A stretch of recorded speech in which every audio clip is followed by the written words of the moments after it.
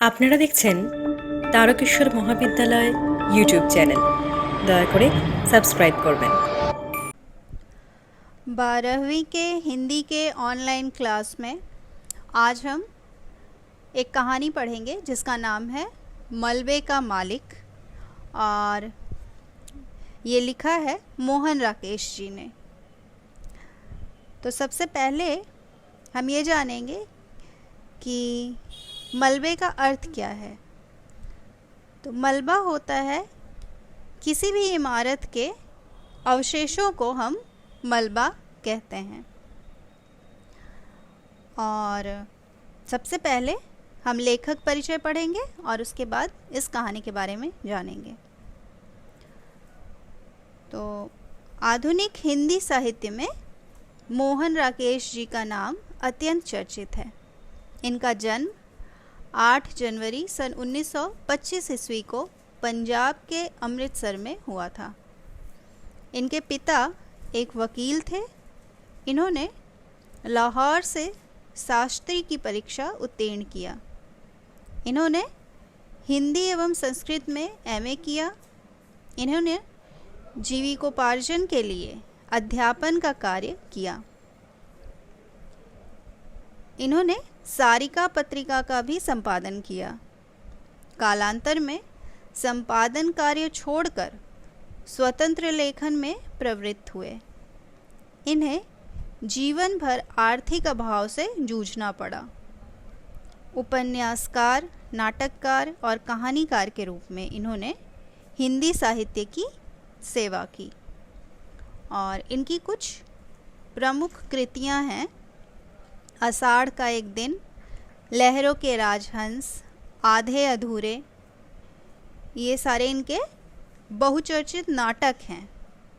और क्वार्टर, पहचान, वारिस, ये सब इनके कहानी संग्रह हैं। अंधेरे बंद कमरे, कांपता हुआ दरिया, न आने वाला कल, नीली रोशनी की बाहें इनके प्रमुख उपन्यास हैं। परिवेश इनका निबंध संग्रह है।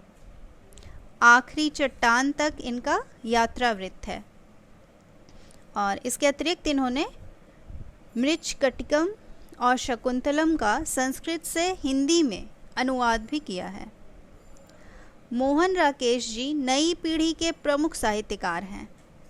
इन्होंने आधुनिक परिवेश के साथ जीवन की संवेदनाओं का यथार्थ चित्रण भी किया है।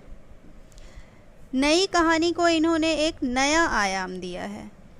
जयशंकर प्रसाद जी के बाद हिंदी नाटक में एक नए युग की शुरुआत इनके द्वारा हुई है। इन्होंने हिंदी नाटक को नया शिल्प विधान प्रदान किया। आषाढ़ का एक दिन नाटक के लिए इन्हें साहित्य अकादमी पुरस्कार प्रदान किया गया। और इनकी मृत्यु 3 जनवरी 1972 को हुई। तो ये कहानी है, ये मोहन राकेश जी द्वारा लिखित ये कहानी मलबे का मालिक, ये आज़ादी के बाद लिखी गई एक ऐसी कहानी है जिसमें विभाजन की विभीषिका का लेखा जोखा प्रस्तुत किया गया है।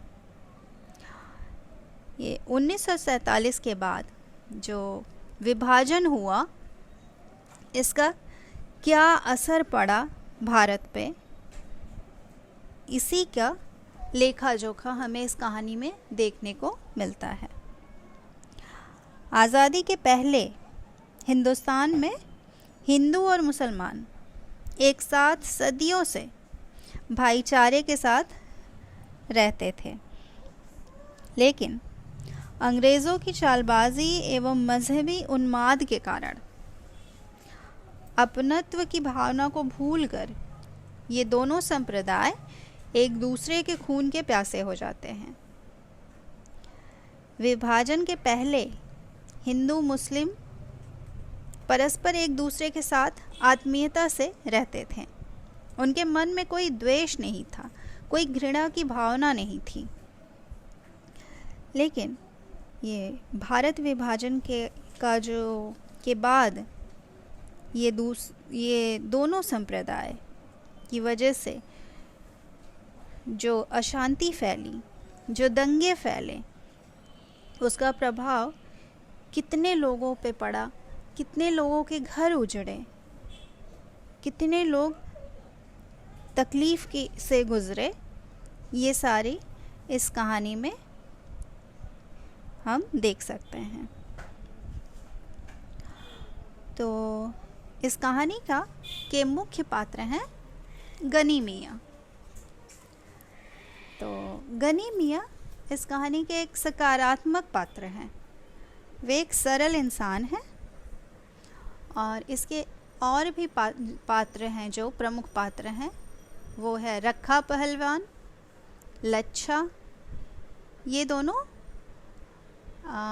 असामाजिक तत्व के रूप में कहानी में दिखाए गए हैं। ये दोनों गली के गुंडे के रूप में दर्शाए गए हैं और ये हमें बताया गया है कि इस कहानी से ये प्रतीत होता है कि जो असामाजिक तत्व होते हैं ये किसी के हितैषी नहीं होते। वे निर्दयी होते हैं, लोभी प्रवृत्ति के होते हैं। ये आगे जब हम कहानी पढ़ेंगे तो हम देखेंगे। और इसके में और भी कई पात्र आते हैं पूरी कहानी में, जैसे मनोरी, किश्वरी, सुल्ताना, चिरागदीन। ये सारे पात्र कहानी को आगे बढ़ाने के में सहायक होते हैं। तो कहानी पढ़ना शुरू करते हैं हम लोग। 7.5 साल के बाद वे लोग लाहौर से अमृतसर आए थे। हॉकी का मैच देखने का तो बहाना ही था।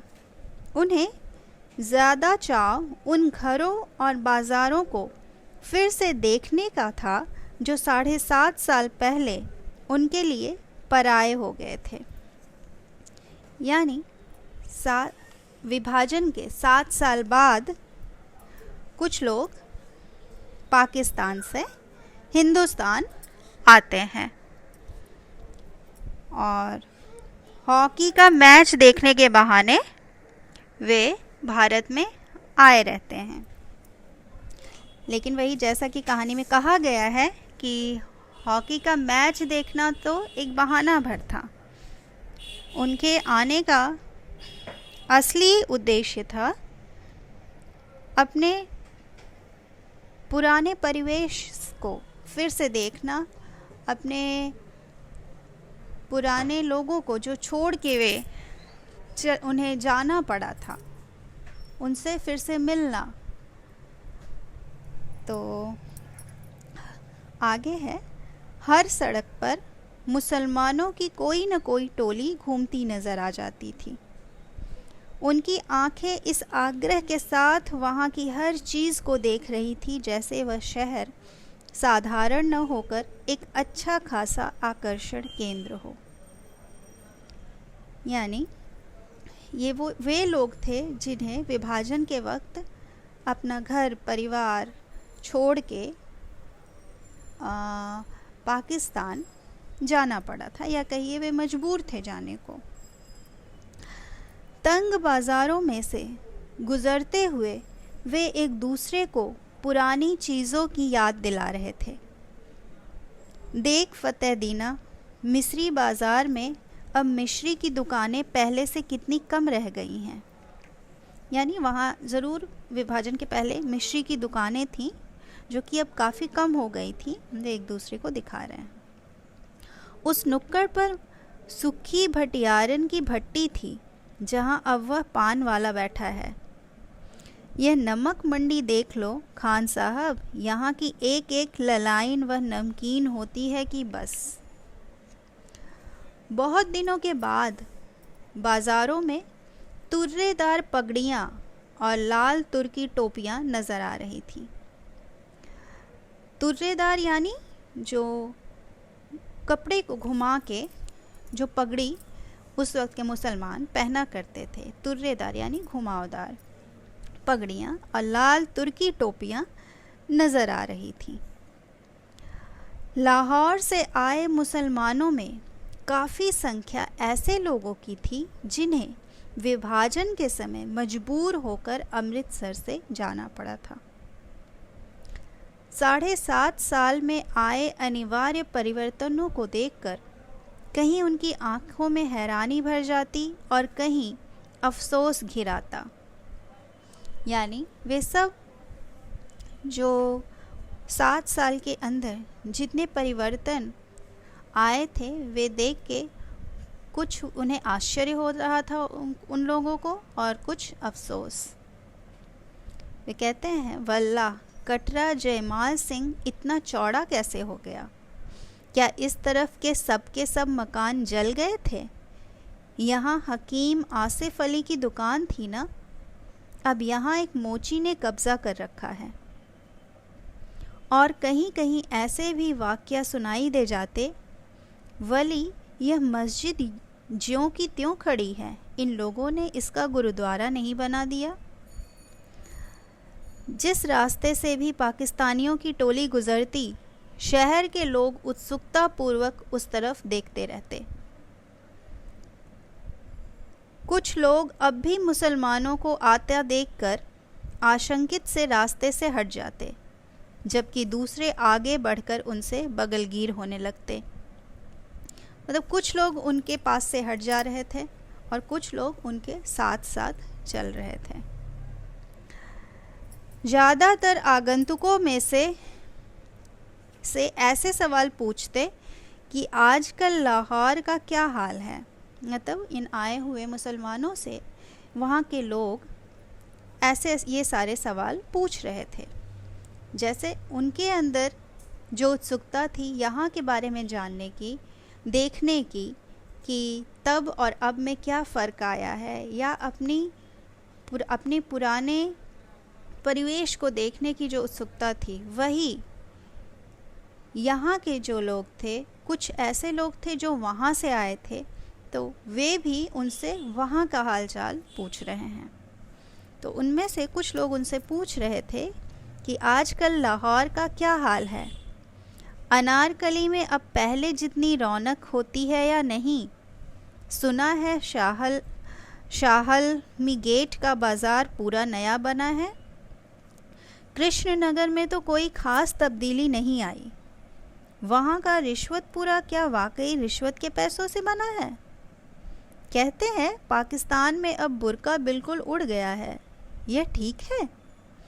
इन सवालों में इतनी आत्मीयता झलकती थी कि लगता था लाहौर एक शहर नहीं, हज़ारों लोगों का सगा संबंधी है, जिसका हाल जानने के लिए वे उत्सुक हैं। लाहौर से आए लोग उस दिन शहर भर के मेहमान थे, जिनसे मिलकर और बातें करके लोगों को बहुत खुशी हो रही थी। यानी दोनों तरफ जो लोग आए थे उनमें भी वही उत्सुकता थी, और यहाँ के कुछ लोग उनमें भी वही उत्सुकता थी वहाँ के बारे में जानने की, क्योंकि वो भी हिंदुस्तान का ही एक हिस्सा था। बाज़ार बांसा अमृतसर का एक उजड़ा सा बाज़ार है, जहाँ विभाजन से पहले ज़्यादातर निचले तबके के मुसलमान रहते थे। वहाँ ज़्यादातर बांसों और शहतीरों की ही दुकानें थीं, जो सबकी सब एक ही आग में जल गई थी। ये उस वक्त विभाजन की विभीषिका बताई जा रही है कि उस वक्त विभाजन के वक्त वहाँ वो एक बाज़ार बांसा था, अमृतसर का नाम का बाज़ार था, जहाँ निचले तबके के मुसलमान रहा करते थे, और वहाँ ज़्यादातर बांसों और शहतीरों की दुकानें थीं, जो कि आग लगाने पे एक ही बार में सब जल गई थी। दंगों की वजह से जो आगे लगाई गई थी, उनमें से ज़्यादातर सारी दुकानें जल गई थीं। बाज़ार बांसा की वह आग अमृतसर की सबसे भयानक आग थी, जिसमें कुछ देर के लिए तो सारे शहर के जल जाने का अंदेशा पैदा हो गया था। बाज़ार बांसा के आसपास के कई मोहल्लों को तो उस आग ने अपनी लपेट में ले ही लिया था। खैर, किसी तरह वह आग काबू में आ गई थी, पर उसमें मुसलमानों के एक एक घर के साथ हिंदुओं के भी 4-4, 6-6 घर जलकर राख हो गए थे। अब 7.5 साल में इनमें से कई इमारतें फिर से खड़ी हो गई थीं, मगर जगह जगह मलबे के ढेर अभी भी मौजूद थे। यानी घरों के जो अवशेष थे वे अभी भी मलबे के रूप में मौजूद थे, जले हुए मकानों के। नई इमारतों के बीच बीच वे मलबे के ढेर एक अजीब वातावरण प्रस्तुत कर रहे थे। बाजार बासा में उस दिन भी चहल पहल नहीं थी, क्योंकि उस बाजार के रहने वाले ज़्यादातर लोग तो अपने मकानों के साथ ही शहीद हो गए थे, और जो बचकर चले गए थे उनमें से शायद किसी में भी लौट कर आने की हिम्मत नहीं रही थी। सिर्फ एक दुबला पतला बुढ़ा मुसलमान ही उस दिन उस वीरान बाजार में आया और वहाँ की नई और जली हुई इमारतों को देखकर जैसे भूल भुलैया में पड़ गया। बाईं तरफ जाने वाली गली के पास पहुंचकर उसके पैर अंदर मुड़ने को हुए। ये दुबला पतला सा बुढ़ा मुसलमान जिसकी बात की जा रही है वो हैं गनी मियाँ। तो बाईं तरफ जाने वाली गली के पास पहुंचकर उसके पैर अंदर मुड़ने को हुए, मगर फिर वह हिचकिचाकर वहाँ बाहर ही खड़ा रह गया, जैसे उसे विश्वास नहीं हुआ कि यह वही गली है जिसमें वह जाना चाहता है।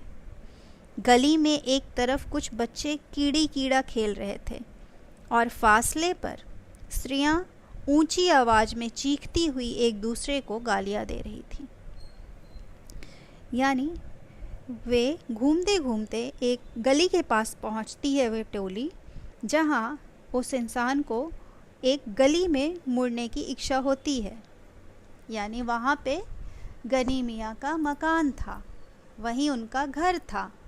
वे उसको देखना चाहते थे। वे वहाँ ठिठक कर रुक जाते हैं और अंदर देखते हैं कुछ बच्चे वहाँ खेल रहे हैं और कुछ स्त्रियाँ एक दूसरे को गालियाँ दे रही हैं। यानी वहाँ कुछ लड़ाई हो रही थी आपस में। सब कुछ बदल गया, मगर बोलियां नहीं बदली। बुढ़े मुसलमान ने धीमे स्वर में अपने से कहा और छड़ी का सहारा लिए खड़ा रहा। यानी गनी मियाँ ने कहा सब कुछ बदल गया, लेकिन बोलियां नहीं बदली, और वे वहीं अपनी छड़ी का सहारा लेके खड़े हो गए। उसके घुटने पजामे से बाहर को निकल रहे थे। घुटनों से थोड़ा ऊपर शेरवानी में 3-4 पैबंद लगे थे। गली से एक बच्चा रोता हुआ बाहर आ रहा था। यानी उनके घुटने पैजामे से बाहर निकल रहे थे, यानी वे झुके हुए थे। झुकने की वजह से उनके घुटने पैजामे से बाहर निकलते हुए प्रतीत हो रहे थे। गली से एक बच्चा रोता हुआ बाहर आ रहा था। उसने उसे पुचकारा, इधर आ बेटा, जा तुझे चिज्जी देंगे, आ। और वह अपनी जेब में हाथ डालकर उसे देने के लिए कोई चीज़ ढूंढने लगा। उसने पुचकार कर पुकारा, यानी प्यार से उस बच्चे को पुकारा, बोला इधर आओ बेटा, तुम्हें एक चिज्जी देंगे, यानी तुम्हें एक चीज़ देंगे। और ये कहकर वे अपने जेब में हाथ डालकर कुछ खोजने लगते हैं। बच्चा एक क्षण के लिए चुप कर गया, लेकिन फिर उसी तरह होंठ बिसूर कर रोने लगा। थोड़ी देर वह बच्चा चुप हो जाता है कि शायद उसे कुछ मिलेगा, लेकिन फिर वो मुंह बना के रोने लगता है। एक 16-17 साल की लड़की गली के अंदर से दौड़ती हुई आई और बच्चे को बाँह से पकड़कर गली में ले चली। बच्चा रोने के साथ साथ अब अपनी बाँह छुड़ाने के लिए मचलने लगा। लड़की ने उसे अपनी बाहों में उठाकर साथ सटा लिया और उसका मुंह चूमती हुई बोली, चुप कर खसम खाने, रोएगा तो वह मुसलमान तुझे पकड़कर ले जाएगा। कह रही हूँ चुप कर। यानी वो बच्चा उससे कुछ पाने की उम्मीद में उस लड़की से अपनी बाहें छुड़ा रहा था, क्योंकि वे उसे जबरन वहाँ से ले जा रही थी। और जब वो रोता है तो उसे प्यार से चूमते हुए उसको समझाती है कि चुप कर कसम खाने। वो एक पंजाबी में गाली उसको देती है और कहती है, डराती है कि अगर वो रोएगा तो मुसलमान उसे पकड़कर ले जाएगा। बूढ़े मुसलमान ने बच्चे को देने के लिए जो पैसा निकाला था वो उसने वापस जेब में रख लिया। सिर से टोपी उतार कर वहाँ थोड़ा खुजलाया और टोपी अपनी बगल में दबा ली। उसका गला खुश्क हो रहा था और घुटने थोड़ा कांप रहे थे। यानी वे अपने सर से टोपी निकालते हैं और सर को खुजलाते हैं, यानी वे एक असमंजस की स्थिति में थे और उनका गला खुश्क हो रहा था, यानी वे थोड़े भावुक हो रहे थे, उनके घुटने कांप रहे थे। उसने गली के बाहर की एक बंद दुकान के तख्ते का सहारा ले लिया और टोपी फिर से सिर पर लगा ली। गली के सामने जहां पहले ऊंचे शहतीर रखे रहते थे वहां अब एक 3 मंजिला मकान खड़ा था। सामने बिजली के तार पर 2 मोटी मोटी चीलें बिल्कुल जड़ सी बैठी थीं। बिजली के खंभे के पास थोड़ी धूप थी। वह कई पल धूप में उड़ते जर्रों को देखता रहा, फिर उसके मुंह से निकला, या मालिक। यानी वो अपनी पुराने जगह पे आके वो एक बहुत ही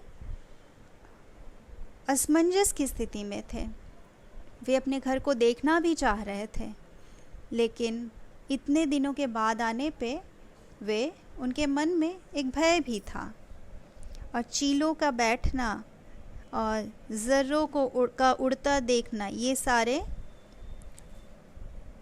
दिखाए गए हैं एक मतलब जिसको हम कह सकते हैं, अनहोनी तो नहीं कहना, ज़र्रों को उड़ता देख उन्हें कुछ अनहोनी का अंदाज़ा लग रहा था और एक मनहूसियत का वातावरण वहाँ दर्शाया जा रहा था। एक नवयुवक चाबियों का गुच्छा घुमाता गली की तरफ आया। बूढ़े को वहाँ खड़ा देखकर उसने पूछा, कहिए मियाँ जी, यहाँ किस लिए खड़े हैं? बूढ़े मुसलमान को छाती और बाहों में हल्की सी कपकपी सी महसूस हुई। उसने होठों पर ज़बान फेरी और नवयुवक को ध्यान से देखते हुए कहा, बेटे तेरा नाम मनोरी है ना?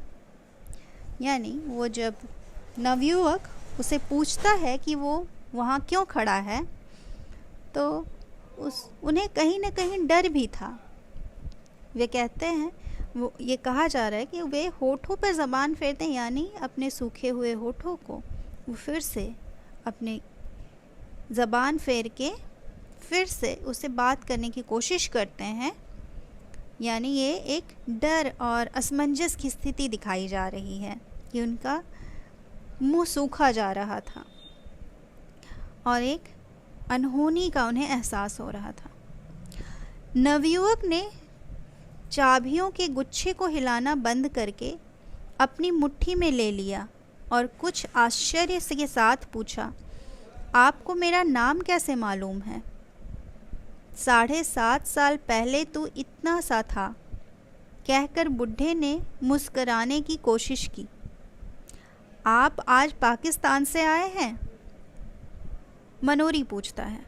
वो नवयुवक उनसे पूछता है। हाँ, पहले हम इसी गली में रहते थे, बुढ़े ने कहा। मेरा लड़का चिरागदीन तुम लोगों का दर्जी था। तकसीम से 6 महीने पहले हम लोगों ने यहाँ अपना नया मकान बनवाया था। ओ गनी मियाँ, मनोरी ने पहचान कर कहा। वो जो बुढ़े आदमी है वे अपना परिचय देते हैं कि उनका लड़का चिरागदीन उन लोगों का दर्जी हुआ करता था और इस विभाजन के ठीक 6 महीने पहले उन्होंने वहाँ पे अपना नया मकान बनवाया था। तब मनोरी कहता है कि ओ गनी मियाँ, हाँ बेटे, मैं तुम लोगों का गनी मियाँ हूँ। चिराग और उसके बीवी बच्चे तो अब मुझे मिल नहीं सकते, मगर मैंने सोचा कि एक बार मकान की ही सूरत देख लूं। बुढ़े ने टोपी उतार कर सिर पर हाथ फेरा और अपने आंसुओं को बहने से रोक लिया। तुम तो शायद काफ़ी पहले यहाँ से चले गए थे, मनोरी के स्वर में संवेदना भर आई। हाँ बेटे, यह मेरी बदबख्ती थी कि मैं अकेला पहले निकलकर चला गया था। यहाँ रहता तो उसके साथ मैं भी। कहते हुए उसे एहसास हो आया कि यह बात उसे नहीं कहनी चाहिए। उसने बात को मुंह में रोक लिया, पर आंखों में आए आंसुओं को नीचे बह जाने दिया। यानी उस गनी मियाँ को यह एहसास हो चुका था कि अब वे ज़िंदा नहीं होंगे, उनका बेटा अब उन्हें नहीं मिल सकता, लेकिन अपने घर को देखने की चाहत उनके मन में थी। छोड़ो गनी मियाँ, अब उन बातों को, सोचने में क्या रखा है। मनोरी ने गनी की बाहें अपने हाथों में ली।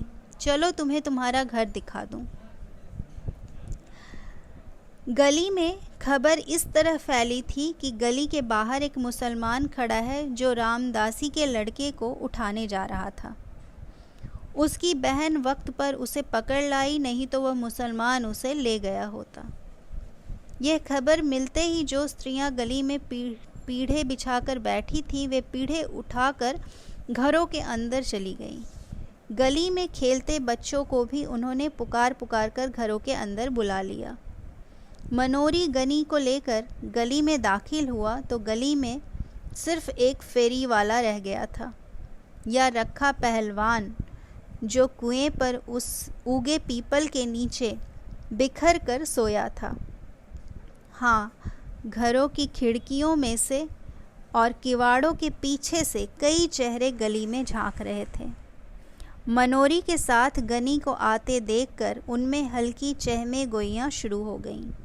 दाढ़ी के सब बाल सफ़ेद हो जाने के बावजूद चिरागदीन के बाप अब्दुल गनी को पहचानने में लोगों को दिक्कत नहीं हुई। यानी मनोरी जब गनी मियाँ को ले जाता है और कहता है कि चलो मैं तुम्हें तुम्हारा मकान दिखा देता हूँ, तो उस वक्त गली में ये खबर फैल चुकी थी।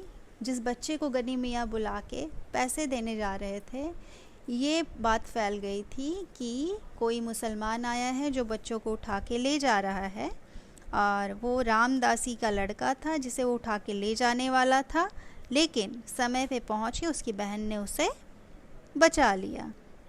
तो वहाँ बैठी जितनी औरतें बात कर रही थी, वे सब डर से घर के अंदर चली जाती हैं, और लेकिन बाहर देखने की उत्सुकता उनमें थी कि वो है कौन, और वे दरवाज़ों के पीछे से बाहर झांक रही थी। अब सब अब्दुल गनी को पहचान चुके थे। आगे है, वह था तुम्हारा मकान। मनोरी ने दूर से एक मलबे की तरफ इशारा किया। गनी पल भर ठिठक कर फटी फटी आंखों से उस तरफ देखता रहा। चिराग और उसके बीवी बच्चों की मौत तो वह काफ़ी पहले स्वीकार कर चुका था, मगर अपने नए मकान को इस शक्ल में देखकर उसे जो झुरझुरी हुई, उसके लिए वह तैयार नहीं था। उसकी ज़बान पहले से और खुश्क हो गई और घुटने भी ज़्यादा कांपने लगे। तो आज हम इतना ही पढ़ेंगे। नेक्स्ट क्लास में बाकी की कहानी पढ़ेंगे।